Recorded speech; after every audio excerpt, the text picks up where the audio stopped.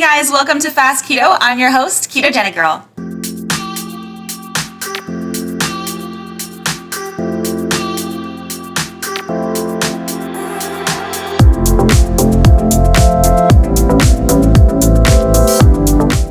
Hey guys, welcome to this week's episode, which is all about my 7-day experiment trying out Carnivore Keto. Before we get to that, this episode, as always, is brought to you by Ketogenic Girl. If you haven't checked out my brand new cookbook, Keto Essentials, it is available online on amazon.com.ca.uk.de, Deutschland, all over the world. You can find it under Keto Essentials by Vanessa Spina. It has all of my most favorite comfort foods, recipes, all made suitable for a ketogenic diet. Everything from keto fettuccine alfredo with shrimp, pad thai, keto burgers, sliders with my special burger sauce, steak with mushroom sauce, green peppercorn sauce, all of my favorite, most decadent, rich, delicious, savory recipes, chicken wings, spinach and artichoke dip. I could go on. And the desserts, keto brownies, keto hot fudge sundaes, cheesecake, cupcakes, all of my most favorite recipes are in one place, Keto Essentials. And I also put in tons and tons of information about the ketogenic diet, how to do it, how to test yourself for results, how to avoid the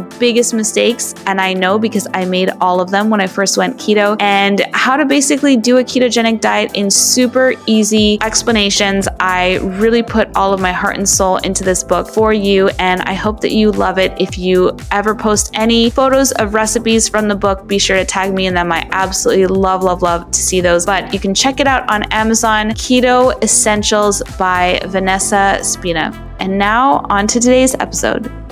A few disclaimers. By listening to this podcast, you agree not to use this podcast as medical advice, as I am not a qualified healthcare provider. The information presented on this podcast is for educational purposes only. Ketogenic Girl is not qualified to provide medical advice. Consult your own physician for any medical issues that you may be having. This entire disclaimer also applies to any guests or contributors to this podcast. Prior to beginning a ketogenic diet, you should undergo a full health screening with your physician to confirm that a keto diet is suitable for you and to rule out any conditions or contraindications that may pose risks or that are incompatible with the ketogenic diet. A keto diet may or may not be appropriate for you if you have any kind of health condition, whether known to you or unknown. So you must consult your physician to find this out. Anyone under the age of 18 should consult with their physician and their parents or legal guardian.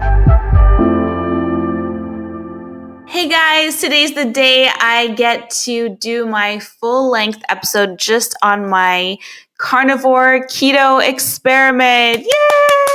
I've been really excited to do it. So that's why I'm applauding myself, not because I deserve applause, but just because I've been really excited. And when I get excited, I like to clap a lot. It's what I do. So I am really pumped today. I have Dr. John Limansky, the biohacking keto doc. He's on the show again today, and he's going to talk to me all about my carnivore keto experiment. And he did a carnivore diet with Jimmy Moore himself. So he's got some insights to share about his experience, about my experience. And I always love chatting with John. So it's going to be really fun to get to delve into that a little bit more with him. We talk all about protein threshold, gluconeogenesis. It's a fact, people. It is not something made up biochemically. Gluconeogenesis happens in the body. And that's why it is so important to test yourself, find out what your individual protein range and upper limit and threshold is. And we talk all about how I tested that on this carnivore keto diet, which was super interesting to me. I was able to eat actually double the protein that I usually do when I'm not zero carb. And that was fun to test, but I did hit my protein threshold. And we talk all about that in detail. We also chat about the efficient use of ketones, what it means. We also talk about Dr. Limansky's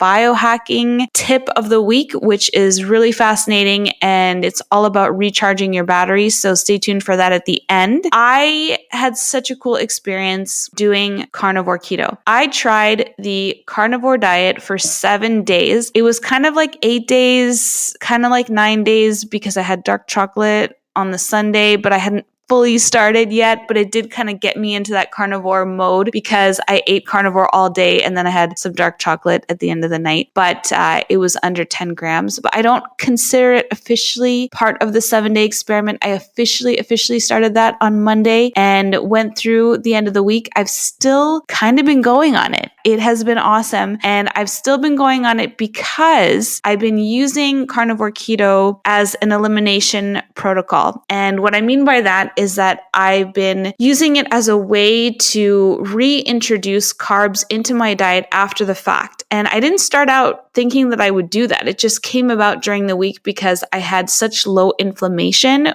doing Carnivore Keto for a week that I realized that some carbs are causing a little bit of inflammation for me. And the only reason I know that is because I reduced them by eliminating them completely. That's why it's an elimination protocol. So I ended up just maximizing my experience of Carnivore Keto for a week by turning it into an elimination protocol. And there's lots of different elimination protocols out there for anyone who has ever done research on it because you have an autoimmune condition, you have any kind of chronic or persistent inflammation. I did personally myself, I had quite a bit of chronic inflammation and pain and swelling in my joints in my hands. And I had also intestinal swelling and pain. And I was able to reverse most of that by going off of gluten. I had already gone off of sugar many years before, but going off of gluten was what eliminated most of the inflammation for me. But I also travel quite a bit. And when I travel, I need to eat out because I don't have as many options. And I try to go to a local health food store, grocery store when I go to a new place. If I have a kitchen or even if I don't, you should see the things that I improvise, from making fat bombs, using the egg tray in my freezer. I have done all kinds of weird things in hotel rooms just to be able to continue eating real food and not eating out at restaurants or not eating any refined or processed foods. Necessity really is the mother of invention, people. I have done some really innovative things just using basics. I think when we were in Mallorca, I did two things. One was I made a chocolate pudding using coconut oil. I didn't have any way to melt it, so I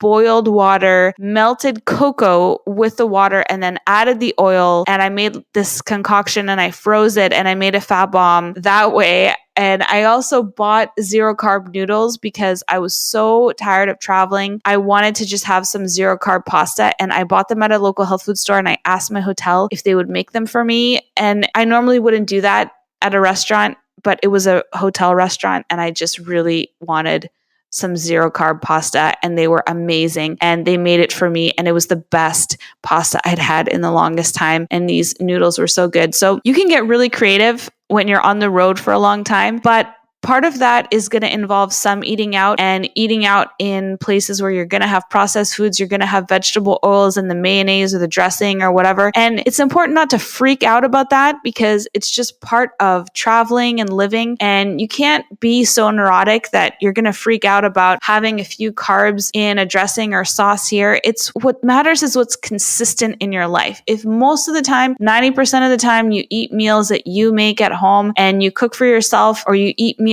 out that are super healthy, that's that consistency that's going to pay off in the end. A few meals here and there when you're out at restaurants and they have mayo that has some sugar in it, or vegetables or whatever dressing, or some MSG in the food accidentally, or some wheat. I mean, we really can't freak out about these things. If we were, I think it would just be a level of like neuroses that's just unhealthy. You know, it's just a part of life and it's totally fine. What's so great to me about keto is that it's consistent habits every day that are getting you all of those health gains, and doing them the majority of the time. It's what you do day in and day out, and a few meals here and there at a restaurant, or even going off of keto. I don't encourage cheat days and those kinds of things because I think they encourage food fixation. But, you know, we all have to live a little outside of restrictive norms. Like I know on our wedding day, I had the most sugary wedding cake ever, and I had champagne and I didn't care. I was choosing to do that. I couldn't have cared less that it wasn't keto. I ate keto pretty much the other days of the week because it's what I thrive on and it's what I love. But you can bet that on our wedding day, I really did not care about any of that. And it was an amazing day, and I celebrated, and I was quote unquote eating emotionally and all these things because it was such a wonderful, joyous occasion emotion. And I really believe that that goes for eating out, traveling. There's just things that you can't do, and you can't stress yourself out trying to be perfect, trying to live by rules all the time. It just comes back to what you consistently do, because we are what we consistently do. So getting back to my main point here, I learned so much doing my week of carnivore keto. Most of it was from the elimination, but I am reintroducing carbs one at a time this week to see if my body reacts in any kind of inflammatory way to those carbs. I'm testing each one at a time, and it's really cool to see the data. And one of the coolest things that I learned and observed over the week is I always suspected that I had dairy intolerance and that some inflammation and some bloating was normal for me, because there are times when I just don't want to live dairy free, and I do enjoy some beautiful sheep cheese and truffle cheese, and I love heavy cream. I don't do it every day, but I also enjoy these things as a part of my lifestyle. And I just kind of thought, well, I have to pay with a little bit of inflammation, a little bit of bloating. But when I went carnivore keto, my inflammation went away, and I was eating tons of dairy, because carnivore is all animal products, animal meat, red meat, poultry, pork, seafood, lobster, shellfish, anything that's an animal meat, and anything that is derived from animals. So eggs, it includes all dairy. Now, I ate a lot of dairy on that week. My inflammation was lower than it had been since I could remember, and very similar in a way to fasting, but almost more. And I found it so interesting. It was the coolest thing for me to realize that dairy is not a problem for me. I always thought that it was. I read so much about, the mucus reaction and phlegm and all of this. And I just thought that, dairy was not the best thing for me to be eating. I'm still going to do it in moderation. I'm not going to go crazy with dairy, but that's what's so cool about testing things for yourself, trying things out for yourself. And I loved my week of carnivore keto. I thought it was so much fun. It made keto really exciting for me again. I thought it was so cool just to do something a little bit different. Taking my carbs to zero made meal preparation, eating the simplest thing ever. I spend so much time trying to make my meals so full of variety, flavor, texture, because I love food. I'm a freaking foodie inside and out. I absolutely love food. I put tons of creativity. It's a creative passion of mine. I love food. I love cooking. I love recipe creating, all these things. And I love plating things beautifully, because as my mother always says, presentation is half the taste. And my good friend Amber's mom says the eyes take the first bite. I love presenting things beautifully. It is so much fun to do all of that. But sometimes it takes a lot of time to do some of that stuff. And let me tell you, when you just eat meat and some dairy, meal preparation was about a fifth or a tenth of the time that it usually is. It just was so simple. It was so basic. That was the coolest thing about it, aside from the fact that I can tolerate dairy. I can tolerate dairy. I'm announcing it right now. I can tolerate dairy. It is really, really exciting to me. It's probably not that exciting for you, but I thought all these years that I couldn't tolerate it. Lesson learned. I was wrong. And it wasn't until I tested it for myself that I found this out. That was one of the observations I had. Eating carnivore keto is super, super simple and cost and time effective. It saves so much time in meal preparation, in cleaning up, in doing all of that stuff, in thinking about food. I experienced satiety at meals that I have never experienced before. I thought I had a lot of satiety from doing keto, but this was another level. And I realized that there's a really good way for me to personally test my hunger versus appetite. So after having a keto meal, if I thought about having more steak, more burger, more whatever it was, sausage, whatever it was that was carnivore meat or animal product, my body instantly said no. I'm full. I have no interest in that. Like I've said before, it was almost repulsive to me to think about eating more meat. That was my body very, very loudly saying, I'm full. I'm good. Thank you. We're good for now. I was able to assess that feeling of satiety. I also had leptin. I also had hormonal regulations. I didn't have that stomach stretch signal of satiety that I usually get because I tend to be a volume eater and I love to make big salads and utilize tons and tons of vegetables, like I said, with variety. So I had this satiety feeling that I've never really had without the stomach stretch. It was just a satiety that comes from leptin, the fullness hormone being signaled really well from all those healthy fats, but there was no carb effect that was driving me to eat more. Now, if I then thought, could I right now eat a bunch of dark chocolate or salad with dressing, anything with a carb in it, like coconut butter, any of those kinds of things, I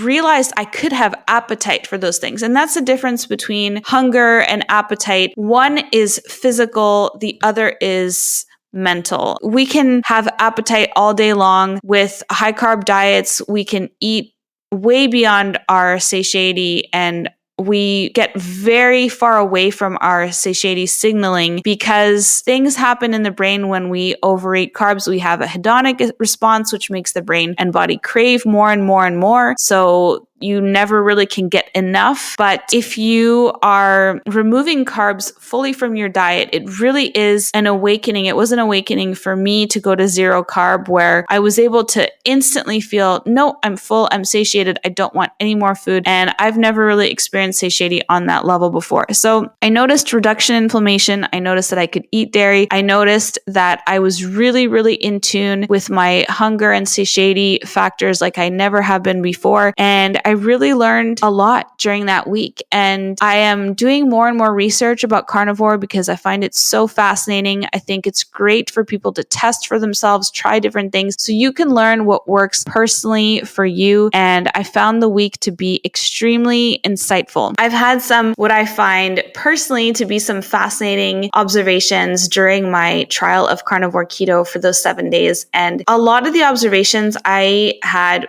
really were specific to me. We are all so different in terms of our health, of our history, of the way that we eat, the way that we have maybe dieted or not over the years, our insulin sensitivity or insulin resistance, our exact health condition. And it really is going to impact every single person in different ways, which is why I think it's just so important to try things out for ourselves. And I was so against the carnivore diet when I first started seeing posts about it. And I thought it was crazy and very unhealthy. But the more that I wanted to understand it, the more that I thought the best way to do that would be to just try it out for myself and do 7 days and then understand more about why people were posting about it, trying it. Why is it a buzzworthy thing at the moment? Why are people talking about it so much? And sometimes the only way to understand something that you don't understand is just to try it for yourself. I'm not saying that everyone should try it for themselves. It's really not for everyone. But if you are someone who likes to try things out, do N=1 experiments, be a biohacker, obviously consult with your doctor before doing anything new in terms of health or diet and always work with a trusted health practitioner that is your health partner, as Dr. Kim Berry so aptly put. But I wanted to try it out for myself and did the 7 days. And although I found certain things were very, very particular and specific to me, there were some really interesting observations that I had that I've seen to be consistent with other people who tried it. And it's very similar to with keto. The experience is unique to every person, but then there's certain things that are just consistently happening for people that all across the board, no matter where you're from, what your health background is, people having, especially the effect of mental clarity and consistent energy, consistent mood, experiences, losing weight easily, having hormonal healing. There's so many factors that people have found to be consistent that are repeated no matter what your background is. So there's an element to things that are consistent with keto. And then there's people who have terrible experiences on a ketogenic diet. And it's definitely not for them. It's definitely not for everyone. For some people, whether it's thyroid, you have some people who have hypothyroid and they heal their thyroid issues or Hashimoto's or autoimmune conditions with keto. And then there's other people that they get worse and it exacerbates their symptoms, which is why it's just so interesting to try things out for yourself, but also not look to keto or any diet in specific as something that's for every person in the world. There's over 7 billion of us, and it's so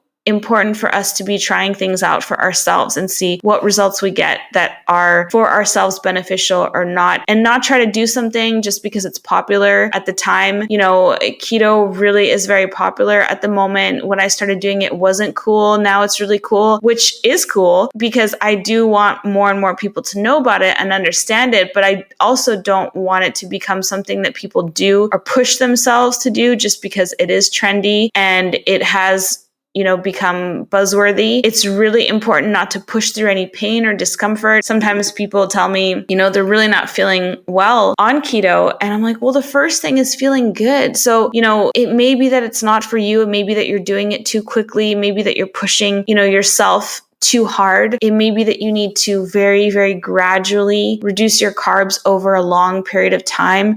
I always say I never had keto flu because I did things so gradually over so many years at a snail's pace. And I really think that keto flu happens when there's too much drastic change overnight and it causes shock to the body. Obviously, there's other factors like electrolytes, especially if you're going from a high carb, low fat or standard American diet. Even if sometimes you're coming from a low carb diet to keto, there's going to be an adjustment period where you're going to lose a lot of electrolytes. And if you're not supplementing with sodium and you're not supplementing with your electrolytes properly, that you might feel awful. And people call that the keto flu, like it's something normal that everyone should experience. I personally don't believe that it should be. Yes, it's normal for these reactions to occur in people because a lot of us try to do things really quickly and push ourselves to get results overnight. And that's why so many people, I think, experience keto flu. But I don't think it's a necessary evil. I don't think it's something that people should necessarily experience. If you do things gradually enough, slowly enough, loving your body and yourself throughout it, then you don't have to necessarily experience those symptoms. So that's just my personal little rant on, pushing ourselves too hard just because something's popular. I love when I see posts by someone who's like, you know what? I'm not on keto anymore because it wasn't working for me and I realized that. And so I'm going back to paleo or Whole30, or I'm just doing everything in moderation, whatever it is. Find what works for you. Don't just do keto because it's something hot at the moment and you want to be a part of it or impress someone, because you're just not going to be doing yourself any favors at the end of the day. So I don't want to sound harsh about it, but I just really wouldn't want anyone to push through pain or discomfort or anything just to be a part of something, that is exciting. And yeah, keto is super exciting, but it doesn't necessarily mean it is for everyone. And that's just the bottom line. I'm going to leave it at that. Anyway, so back to my observations with keto. I really had some unique experiences, and I'm going to ask Dr. Limansky to weigh in on it a little bit and to give me his opinion, because he also did a 7-day carnivore experience for himself. He did a 7-day protocol, which was a little bit different from what I did. He did, as many of you know, a 3-to-1 protein to fat protocol, which was recommended by Dr. Ted Naiman. I did a keto carnivore, which is basically the protocol that I followed was 1-to-1 protein to fat. And according to Dr. Ted Naiman, a good place to start is to use your body weight in grams or your ideal body weight in grams to calculate how many grams of protein and fat that you should have per day. So I used about 130, 125, because that's usually where my range is in pounds to get to. I used 125 grams of protein, 125 grams of fat for the first 5 days. And then on the last 2 days, I spiked the protein up 135 grams, which should still be well in the range of what would be acceptable on the protocol, because I wanted to test the upper limit range of what my protein threshold should be. So if you're interested in learning more about that, I did an entire podcast episode just on protein and finding your own personal protein intake and threshold. And you can find that under the other episodes, older episodes of Fast Keto. But for this, I wanted to test my protein threshold. And I had done it before, testing my upper limit of protein, but I had always done it in a ketogenic protocol where I had 20 to 30 total grams of carb per day. I've never tested my protein upper limit and protein threshold with 0 carbs. So on this protocol, because I only had protein and fat, I had 0 grams of carb, except for some trace carbs that came from eggs and heavy cream. There's 1 gram of carb in there. There's 1 gram of carb in eggs and heavy cream and a little bit of fermented cheese. So there's trace carbs, but it really is zero carb. You're just eating meat. All animal products are acceptable. And then also any animal products in the form of eggs and dairy are acceptable as well. So that was a protocol that I followed during the week. And on the last 2 days, I wanted to test and see, because I was getting a lot of messages from people telling me that, gluconeogenesis doesn't really happen. Your blood sugar shouldn't rise with consuming too much protein. And I really wanted to test that. So what I wanted to get John to weigh in on a little bit here was my experience on the carnivore diet. And I shared a little bit of my results with him. Hi, John. How's it going today? Great, Vanessa. Thanks so much for having me back on. Yeah, it's my pleasure. There's like a massive blimp going by outside the window. Oh, no. I don't think I've seen a blimp since I was a kid. I didn't know that they still even ran them. It's a Zeppelin blimp.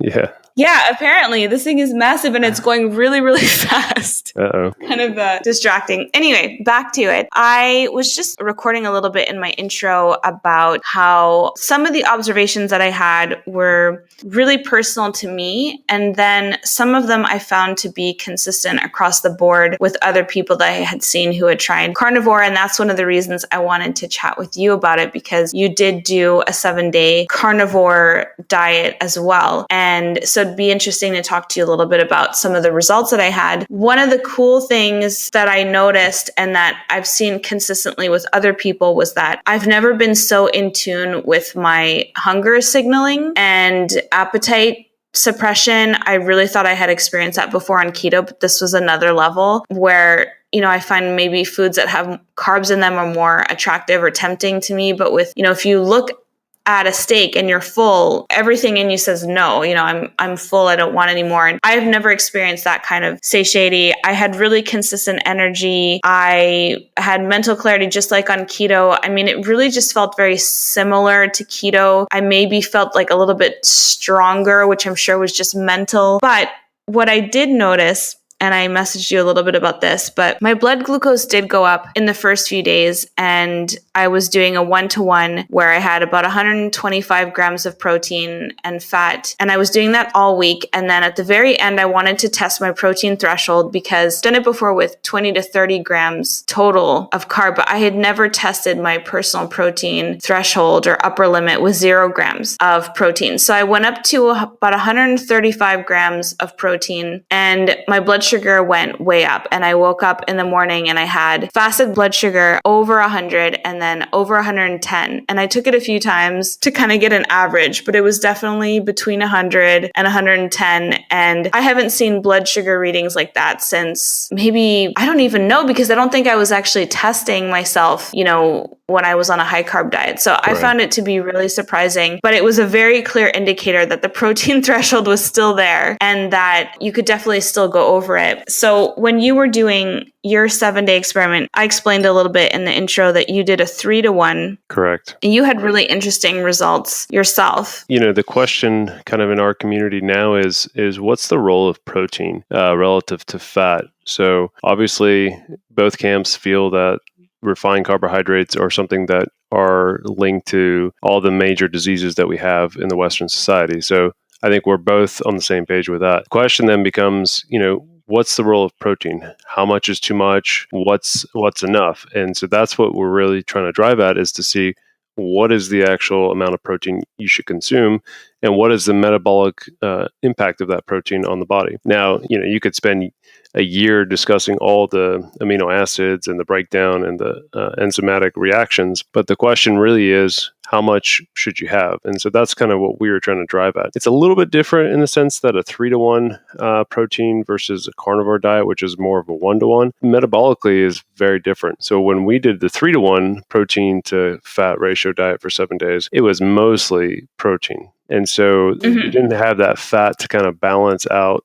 the satiety. And the question becomes, is protein really the one that's driving satiety? Is it fat? Is it a combination of the both? And the research in this area is we're still trying to figure out what the answer is. For you, I'd have a few questions for you. So I kind of did some basic numbers based on how much I thought you weighed. I don't want you to tell me how much you weigh, but I would say that, in general, 135 grams of protein for somebody your size is a lot of protein. I mean, that's a lot. Right. So I range between 125 and 130. Yeah, okay. So that's how I established like the 125 grams of protein, because I think that's what the Ted Naiman protocol usually, he says 1 gram of protein, 1 gram of fat per body weight. Correct. Yeah. And this is kind of where you get into the weeds, where the range of protein recommendations goes from anywhere from the pescatarians that say, you should have basically no protein or very little protein, mostly from fish, to people who are doing like Sean Baker, who's doing the carnivore diet, where all your protein should be from meat. For you, at 135, 125 grams of protein, that's pretty excessive, in my opinion. Obviously, you were doing it to test the kind of limits of what you could do. So I think that's awesome. But let's talk a little bit about, why you had the fasting blood glucose being higher than normal. So normally for you, your blood glucose is what, in the 60s, 70s when you're on a ketogenic diet? My protein is between 50 and about 70 grams per day. Okay. And I do that as a part of my keto ratios, which are like 75 to 80% fat, and then the rest mostly coming from protein, and then a small amount of total carb. Right. Okay. So sorry, my blood sugar, you were asking, my blood sugar daily, my ketones run really high, usually between 3 and 6. And my blood sugar is usually in the 50s, 60s, 70s. I rarely see it even in the 80s. So what I found interesting was that my protein, even at 125 grams, I was able to still be in ketosis. I had blood glucose in the 80s and 90s. And I still had ketones in the therapeutic range above 1.0.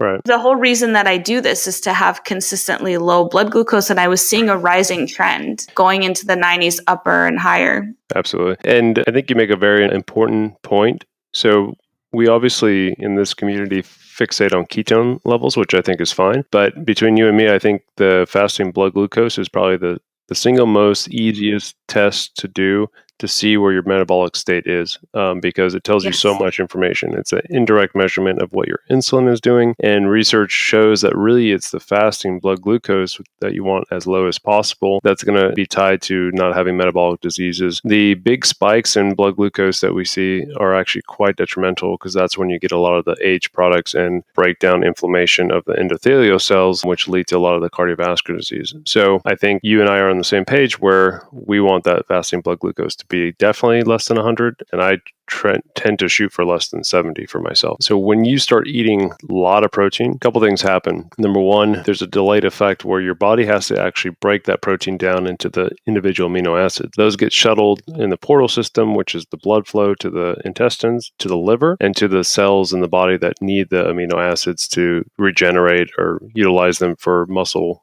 growth. So you do need some protein. The question is, once you've used the protein that you need, what happens to that excess protein? And that's where I think you get into where the fasting blood glucose goes up, because that extra protein goes to the liver in the form of amino acids, gets converted through gluconeogenesis into glycogen, glucose, and something has to happen with that glycogen and glucose. You store it. If you don't have enough room, you get it converted into fat, and then you put it on as fat. Obviously, it's not going to convert as easily as carbohydrates, and there's a metabolic demand with the protein, meaning that it takes energy to do all this. So you do get some utilization of it in terms of energy. And so it's not as insulinogenic as, let's say, a carbohydrate. But you do need insulin to do all this. So you need insulin to convert and use gluconeogenesis. So you do get an increase in your glucose. What Jimmy Moore and I were able to kind of show is that depending on your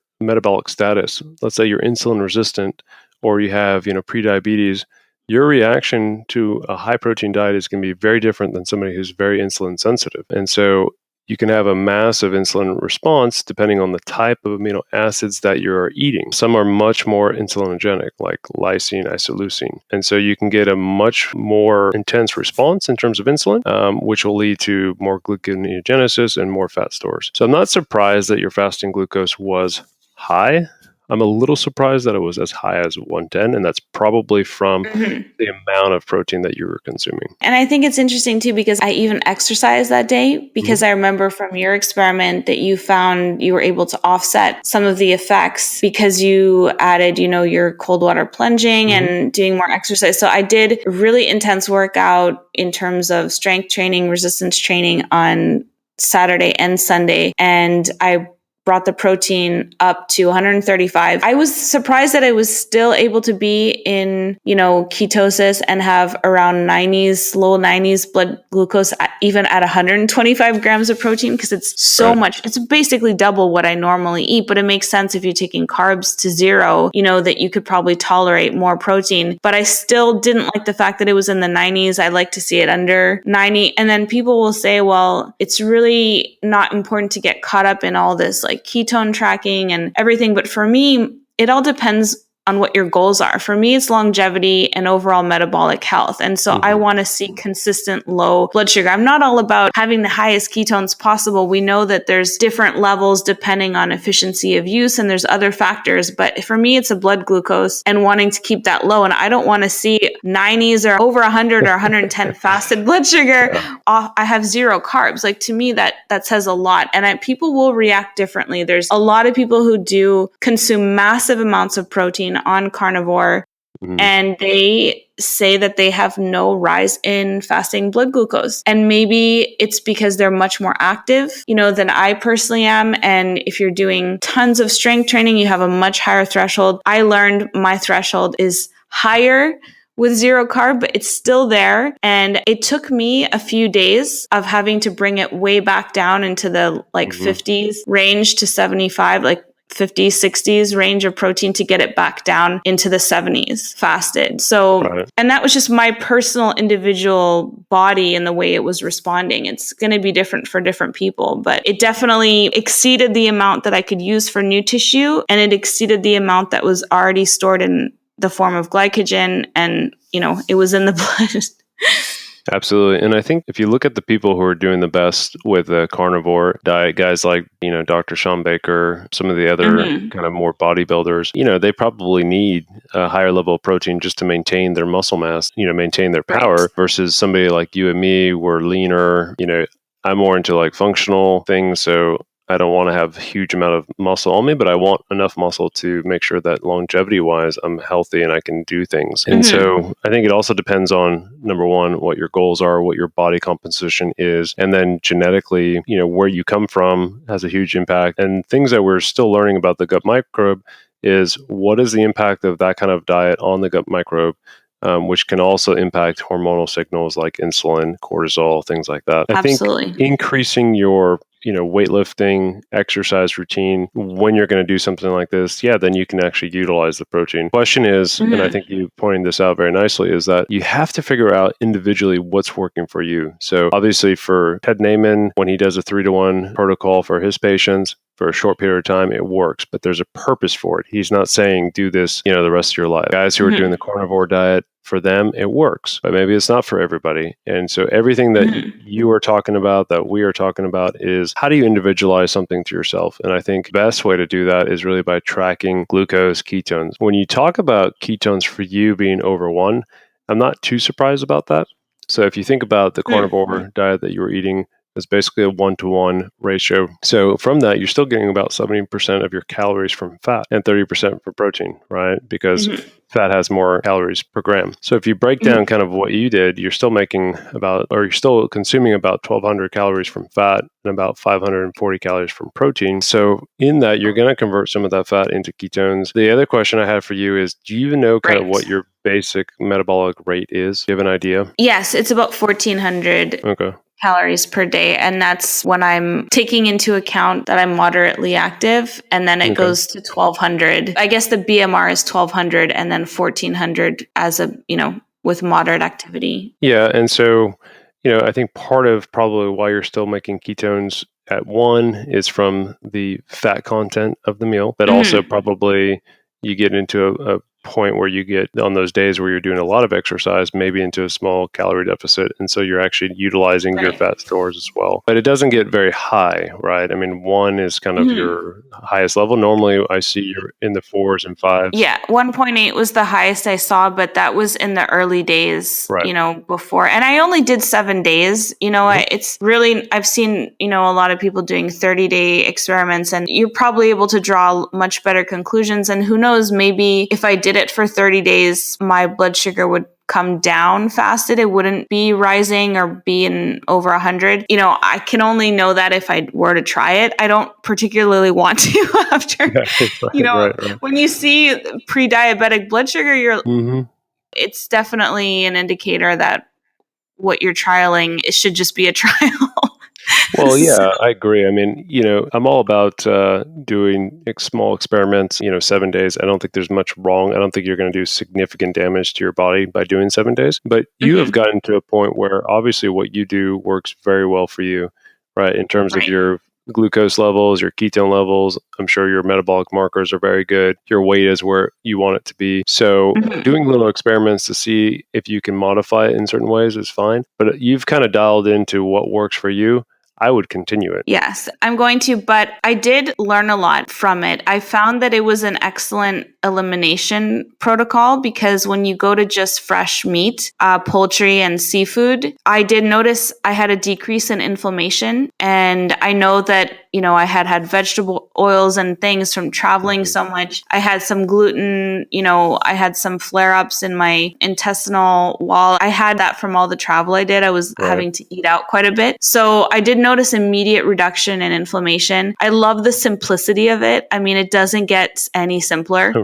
I had a feeling of food peace that I haven't experienced yet. It's so interesting when you talk about the difference between hunger and appetite. For someone who's had difficulty with appetite correction over the years, I'm always tempted by foods with carbs, but when you eat just meat and then you're full, like I was saying earlier, you look at steak or bacon or burger or cheese and you're like, no, like I'm really, really satiated. And I've never had that before. So I learned a lot from it and I loved how simple it was to cook. I'm curious if you had any kind of takeaways from it or anything that you enjoyed about it or any positives. Although I know you didn't do a 1-to-1, you did more of a 3-to-1 and you were pretty, excited to be done with it. Yeah, I think if I had done a 1-to-1, and I'm open to doing it, the combination of that high protein plus the high fat, I think would give you more of a satiating effect. What I experienced with the 3-to-1 was more of, I felt full, but not in the way where I felt satiated. I just felt full after eating. And then 30 to 45 minutes later, I was really, really hungry again. And one of the things, crazy. I was like starving again. And one of the things when I really kind of converted over to more of a keto way of eating, that's what I used to experience. That was one of my biggest issues. It was that I was eating, felt horrible, like that postprandial stupor, and then would be starving 30 minutes later. So I was always thinking about food. I thought I was eating healthy. I would always have this postprandial stupor, which for me was probably hypoglycemia, and I felt horrible. It wasn't about weight. My markers were getting worse in terms of prediabetes and inflammatory markers were elevated. So when I started having those experiences again with this kind of eating, that freaked me out in a way because I hadn't experienced that in 13, 14 years. And I really didn't like it. I think if I had done the 1-to-1, it probably wouldn't have been as bad because of the fat that you're consuming, which is, pretty consistent with a keto ratio, actually, if you think about it. Hey guys, just taking a really quick break to talk about the 28-day Ketogenic Girl Challenge. If you're interested in doing a ketogenic diet for yourself, it's a great place to start. I teach you everything about how to follow a keto diet to get yourself into nutritional ketosis, and it includes 28 days of meal plans. It comes with weekly shopping lists, how to interpret results, how to test yourself, a complete guide to getting started on keto. If you've been keto for a while and you're just not getting the results that you want to in terms of your health or fat loss, or you are brand new to keto, the 28-day challenge is a great option because it also comes with my free coaching and support. in our members Facebook group, and you can post any questions that you have about the meal plans, about keto, and I am there supporting you. We have an amazing community in our group. I like to call it the happiest place on earth because everybody in there is so excited about following keto, about having found something that really works well for them. And everyone in there is just so kind, caring, generous, and supportive. And it's a really fun place to be and hang out. So if you'd like more info on it, you can find it at ketogenicgirl.com. And it's the 28-day Ketogenic Girl Challenge. And now back to our interview. It is, yes, it is it can be. And I find that now I'm kind of, what I've been doing since the experiment is kind of a carnivore with like 5 to 10 grams of carb. Mm-hmm. But I'm doing keto carnivore. So my protein is super moderated and the fat is there for satiety and for, getting all those healthy fats, essential fatty acids in. And the carbs are just really, really minimal because I'm testing different foods and how they impact me just one at a time to see if there's any inflammation coming from any of them. And I'm really enjoying that, being in that keto range. It is keto, but it's kind of a carnivore keto with a little bit of carb. But I like the simplicity of it. Obviously, there's so much more wonderful variety when you include more carbs. But I noticed a shift in my mindset that maybe some people might relate to in trying it was that I think before I was always trying to cram in like as many carbs as I could into that like 20 to 30 total per day. And now It's more like, what can I add that will be beneficial, that will add to this meal that's mostly carnivorous? What can I add? Like, can I add half an avocado? And wow, how will that like enhance the nutrition and everything of this plate? Instead of like, I trying to get as much possible and stay like within that, limit,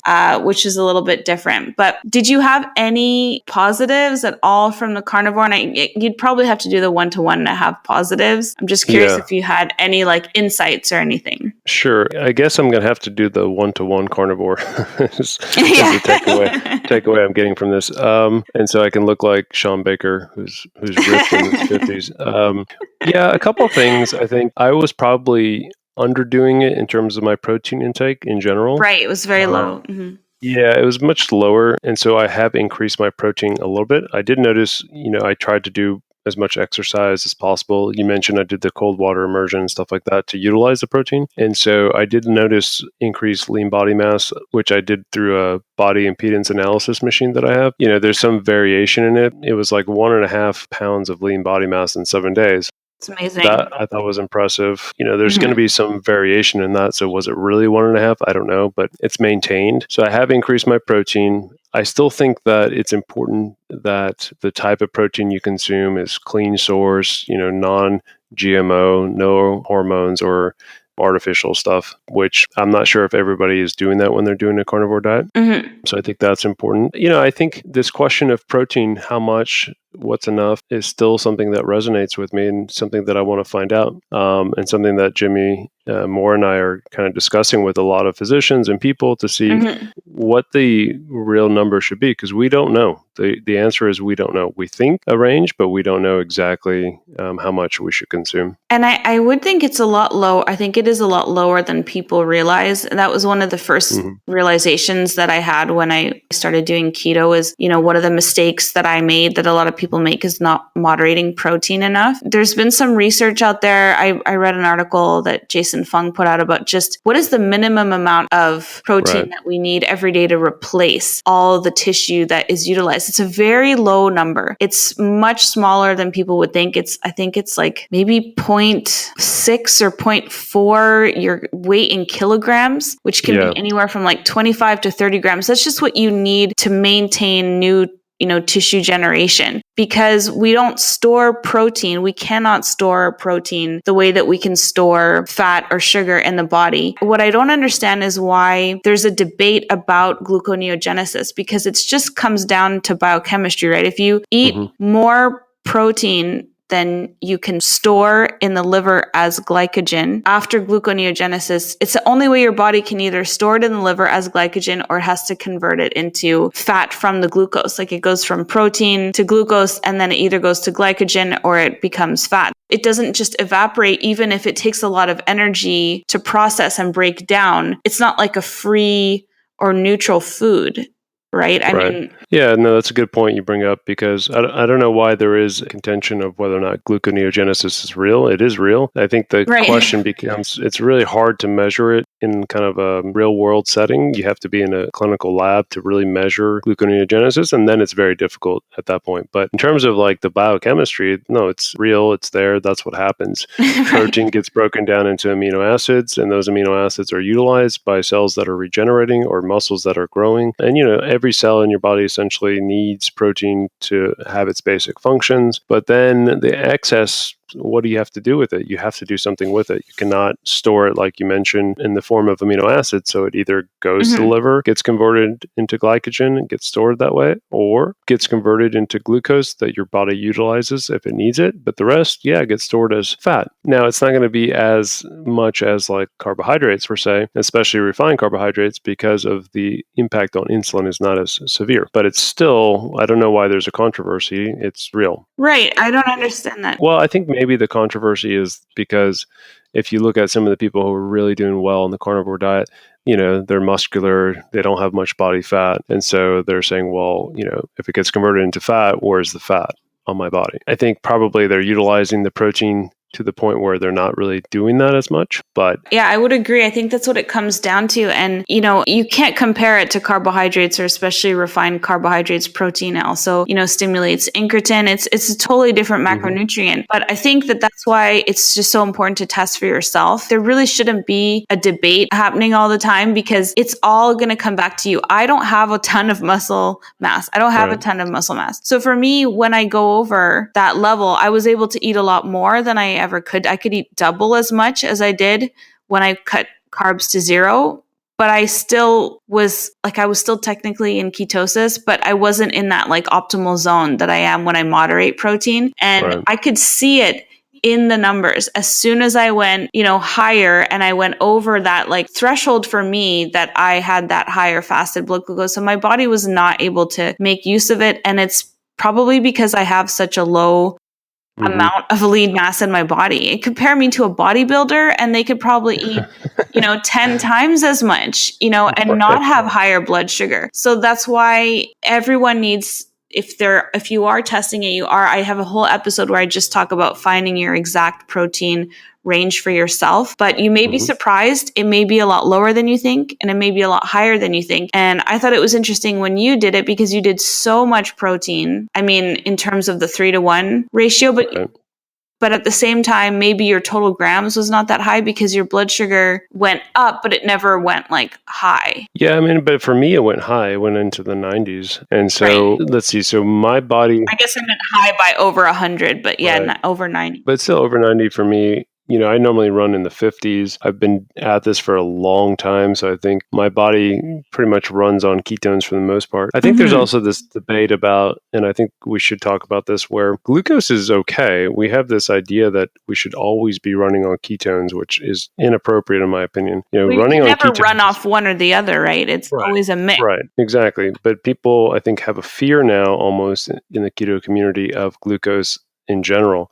It's something that your body utilizes. It utilizes ketones. It utilizes glucose. You don't want one to be too high or the other to be too high. You want kind of the perfect range for you, which you've found for yourself. I found for myself. A lot of people know what that range is. But yeah, having some glucose is okay because your body, your cells can utilize it. It's that excessive amount that then gets shuttled and gets converted into the visceral fat, which we don't want, and gives you that insulin spike that we don't want. I agree. It is a mix. And I always talk about how you're just your dominant fat burner.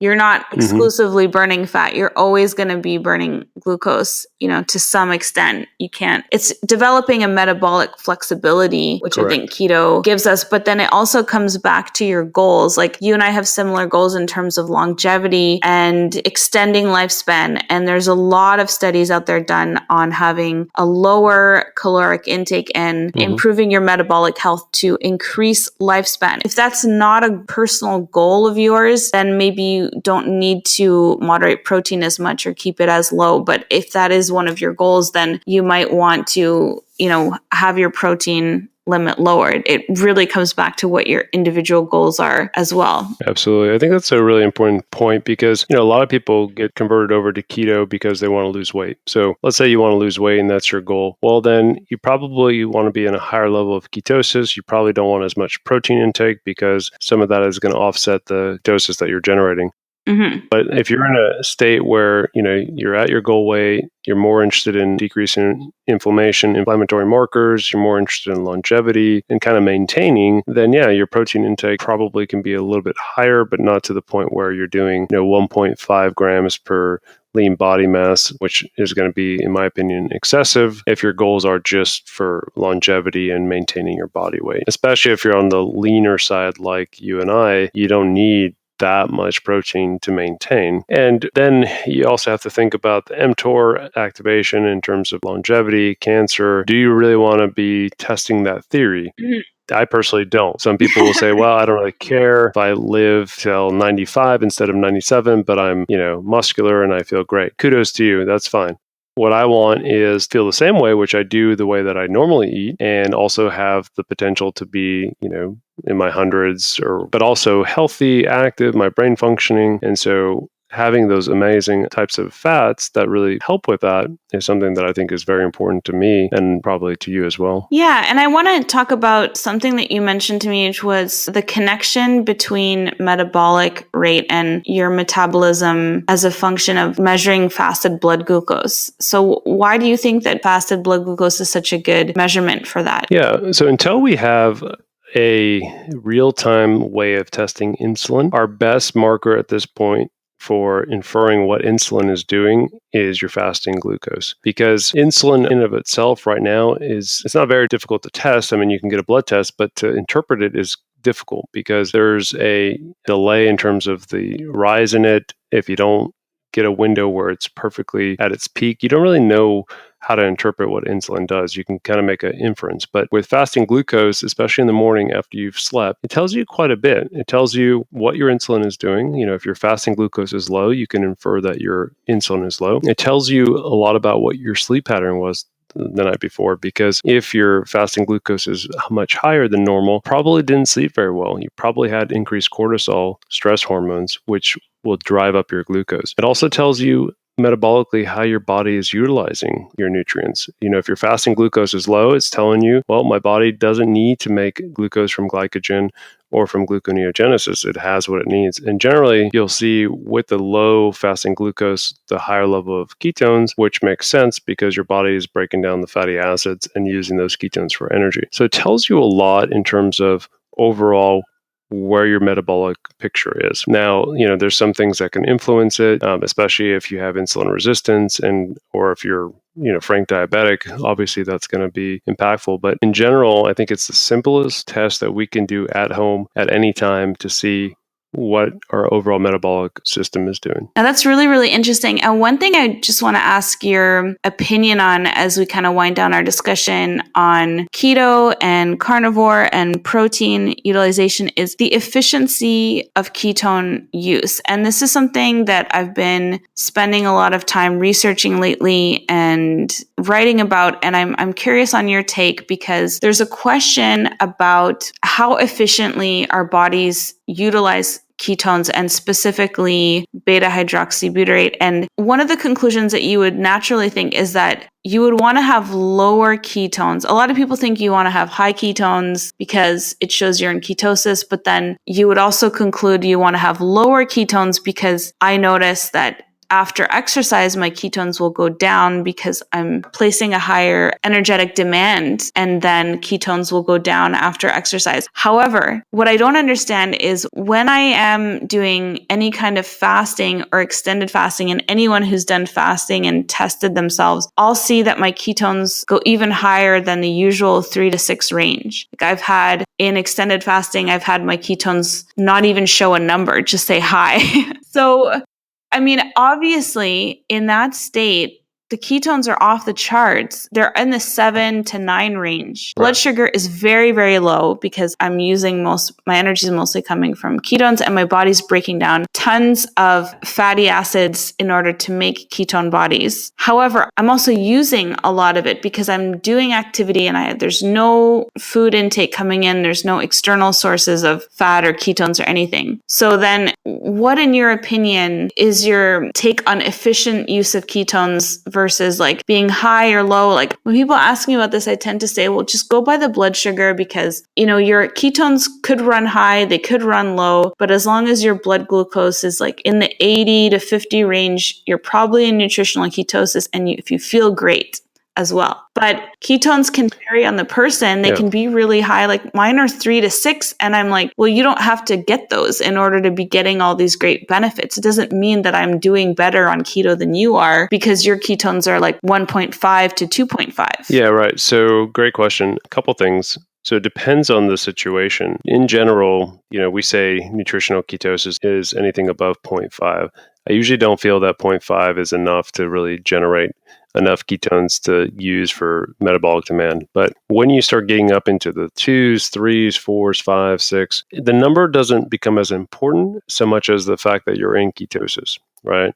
And that your body's actually using ketones for energy. You also have to look at it in terms of what are you doing? So, the measurement in terms of blood is beta hydroxybutyrate, as you mentioned. Let's say that you're sitting around doing nothing and you're fasting, let's say, like you're doing. So yeah, you would expect your ketones are going to be predominantly the energy source that you're going to use. And so the ketone levels will be much higher. After you do a workout, your ketone levels will be lower because you're using those ketones as energy. And they're much more efficient than glucose at the cellular level. You make more ATP, you make less reaction or reactive oxygen species, so you get less inflammation. One of the things that I've been working with recently is measuring breath acetone levels, because that's also a really good way to measure what your body's actually doing in terms of utilization. So there's 2 companies right now. There's Ketonics and then there's Level that I was with the other day, looking at using breath acetone levels as a better indicator of your body's utilization of those beta hydroxybutirates, right? So then you kind of get in a sense of, if you check your blood and you see where your beta hydroxybutyrate level is, and you check your breath, you see where the acetone level is, that gives you a much better idea of what your body's actually done with those ketones and what it's actually, utilized. So you get a much higher level of acetone in your breath. That tells you that you've actually been utilizing those ketones much better, because there's ways to kind of juice those numbers. I mean, you can take exogenous ketones and your measurements on the beta hydroxybutyrate will be in the 6s easily. You can do that. But that doesn't mean anything. That doesn't mean that you're necessarily utilizing them. It doesn't mean that you're breaking down fatty acids to produce those ketones. Quite the opposite. You could actually impede that for a little bit. That's why I tell people to avoid them in general if they're healthy, because you're just measuring, you're using a test strip to measure what you just drank or ingested. Right. Yeah. I think there's a very good place for them. But in terms of like people who are utilizing them preferentially and saying, wow, I'm in ketosis while they're still eating, Western diet, that I don't agree with. But you could do the same thing with like MCT oil, people who drink bulletproof coffee, stuff like that. I mean, if you drink MCT, that gets converted into beta hydroxybutyrate preferentially. And so you can make a much higher level with that, which, again, the question is, what's your goal? If you're trying to lose weight, then you're probably not going to lose as much weight because your body has to utilize that MCT and those ketones for energy before it goes back to breaking down its own fatty acid stores. But if you're trying to maintain and your weight is not an issue and you just want to be in ketosis for brain health and longevity, then you can do that and still get the benefits. So it all depends on the situation of where you're at. And so that's why I tell people, I agree with you. I would say, look at your fasting blood glucose. That to me is the most important. And then look at, the situation. Are you in ketosis? Meaning, for me, I really try to shoot for at least 1.5 in terms of ketones for people. And if you're at that, I don't care if you go up to 7, as long as you're not going up to the 15 and going into ketoacidosis, I'm okay with that. Right. And your blood sugar is staying nice and low. Correct. Exactly. That's kind of the goal. So I don't know if that answers your question, but it's definitely a fascinating area of research that people are doing. So I think in the next year or two, we're going to have a lot more information and be able to answer this question a lot better. That's really exciting. It's exciting times to be on the forefront of all this information that's, coming out. And I think you learned a lot from your carnivore keto experiment of what you don't want to do. I learned a lot in terms of, some tweaks and things that I like to be constantly changing things up. And I want to end the show today just by doing a new segment, which is a keto biohack of the week. And I think you have a great one to share with us today, which is called grounding, or some people may know it as earthing. So can you explain to us what that is? Yeah. So, all right, before we begin with the keto hack of the week, so let's put it into context. So medicine is gray. I always say it's gray. It's not black or white. We are constantly learning things. We're doing research. We're doing randomized control trials, and we're doing these in order to kind of get the best medicine out there. But when it comes to randomized control trials, which we use as kind of the end-all be-all of medicine, it takes a lot of money to make those studies. And so when you get into things like grounding or earthing, there's no money involved because there's no money to be made. So there's not a lot of studies to say this definitively works, but the ones that are out there are very interesting. So I always look at when it comes to biohacks, the first thing I look at is there going to be any harm in doing this? Are you going to hurt yourself or not? And then I look at what's the benefit, and then I'll look at what's the research that either supports doing it or not doing it. And so in that context, I look at our modern way of living. So if you think about ancestrally, how did people used to live? Well, they would wake up when the sun rose.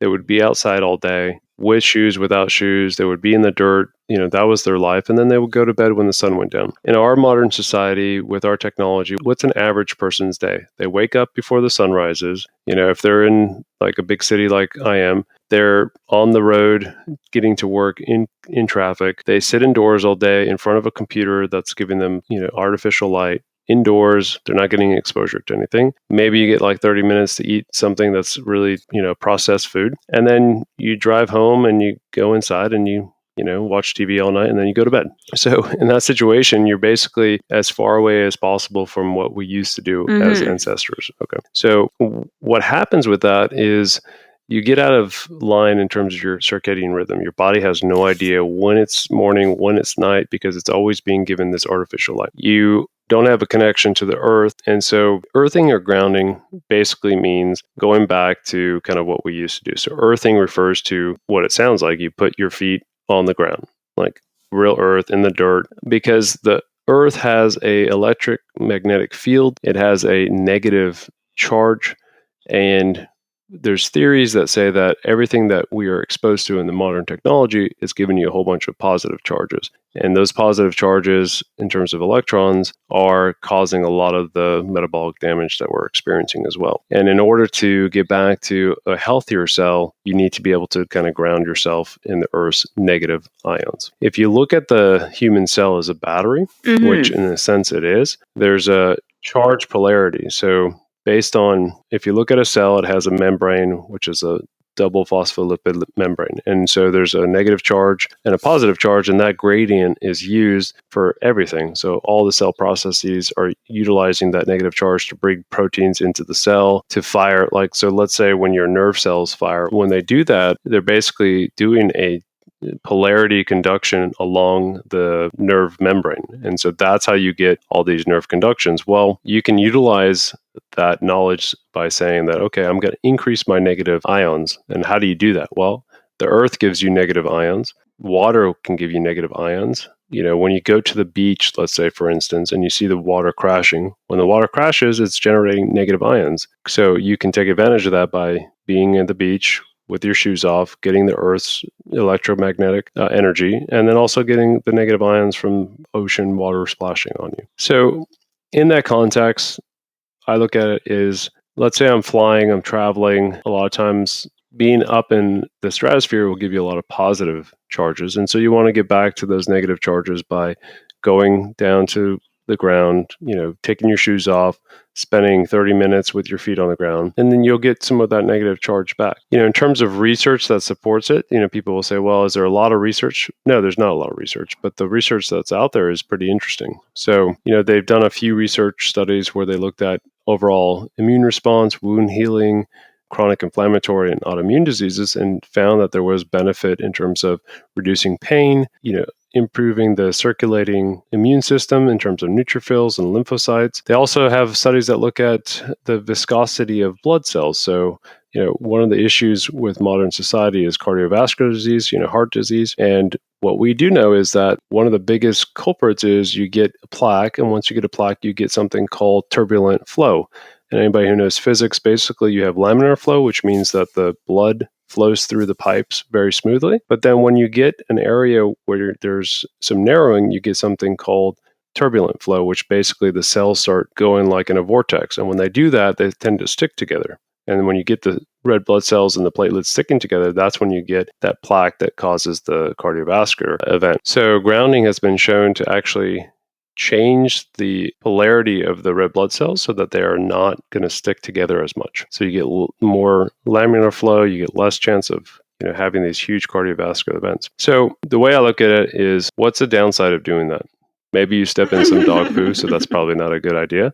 But other than that, there's really not much downside in taking your shoes off and putting your feet in the ground and being outside in the sun and having, some relaxation. So that's why, I use it as one of the hacks with people. And I think it's, I use it with myself, and I think it's quite beneficial from that perspective. I think it's really interesting. And I had read about it a long time ago online. And I had also read about people doing grounding with their beds, which I thought was so interesting, is you can get a sheet that's connected to a wire that will go out.